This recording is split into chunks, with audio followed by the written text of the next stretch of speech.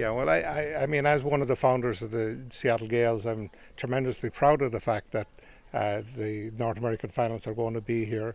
When we started the club in 1979, little did we think that the finals would be here. The first time we participated in the North American board competition was 1980. We went down to San Francisco and we gave a good accounting of ourselves, but we were beaten, I remember, by 6 points. There's been a lot of football played since then, and I am absolutely thrilled that the games are going to be here. So, would it be considered an outpost, because it's the first time it's ever come to the Pacific Northwest? So you've been involved in the NACB all these years in various capacities, but now you've got it to come to your backyard. If you can explain that to people who don't know the geography and the background and history. Well, Seattle is a long way from Boston or Chicago or any of these other cities where the games are, there's a lot of Gaelic football and hurling and camogie and so on. I mean, Boston is probably closer to Ireland than Seattle than is to Seattle. We're that far away from Boston. When we started the team, the biggest problem we had was getting games because there was no other teams around here.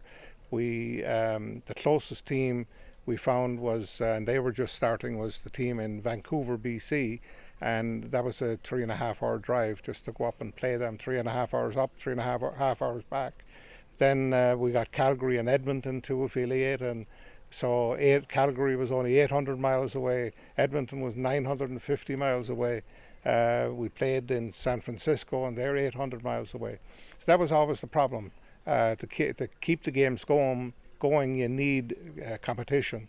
And where do you find the competition? So the people who were involved in the GAA over the years here were very dedicated. You had to be, because you were paying your own way to go to these places.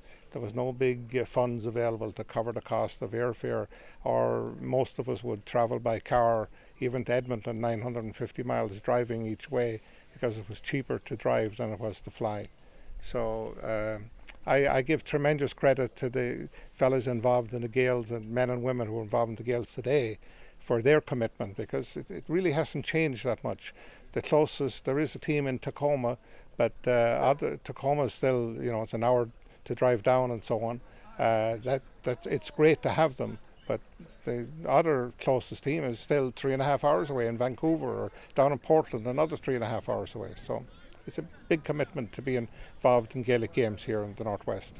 Would you then see the Nationals coming as a reward for all the work that's been put in down the years and the effort to keep it going? Yeah, it's a reward, I suppose, and persistence, and it's a just recognition of the dedication of the Gaels in the Pacific Northwest, because there have been an awful lot of people who have been involved and have supported the games here over the years and have put their own selves on the line, as well as their money and everything else, to keep the games going. I mean, there were games here now back in the 1930s, for example. There was Gaelic football played here, and there was probably Gaelic football every year because there were always Irish around here, but never enough to kind of have competition. There were games in the 60s between teams from Seattle and San Francisco, teams from Seattle and Vancouver, and so on. But back then you didn't have the roads, and you wouldn't consider flying because it was too expensive as well. But so we're an outpost, definitely an outpost, and I think that the games, the finals coming to Seattle, are a just reward. When the big day comes, do you think you will remember all of those people who've put in efforts down the years and who are maybe not with us anymore, and will you have pride in your heart, a little bit of tear in your eye nearly? Yeah, definitely. There are a lot of good Gaels that have passed away since we started. Mike O'Malley is one of the big ones. The Gaels wear the Mayo colours because of Mike O'Malley, but he's not the only one over the years who have contributed to the promotion of the games. And there will be a lot of old memories, and I'm sure we'll have a lot of the old timers come around who were involved over the years, and who later put their lives on the line as well, and who'll come back out again, who haven't been that involved over the last 15-20 years. So I look forward to seeing them as well. And as someone who's been there all along, do you also see it as a chance for the game in this area to get a little bit of a boost and to become even stronger? Oh yeah, I definitely. I hope that there will be an explosion of the games here. We have a lot of support, from the mayor of Seattle, the police chief, and different politicians who have declared their support. The mayor and the police chief are the honorary chairs of the games.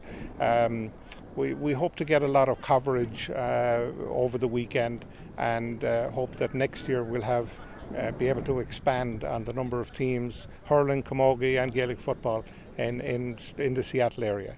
And finally, would you give credit to the North American County Board for giving it to Seattle, for taking it up to this area and seeing what's going on here? Yeah, I do give them tremendous credit, because they're taking a chance to a certain extent. The games have never been held here before. We're not a big outfit like they have in Boston or Chicago or San Francisco, and so they are taking a chance. But I think it's the investment is well worth it, and the potential upside is well worth the risk. So you think Seattle will put on a show?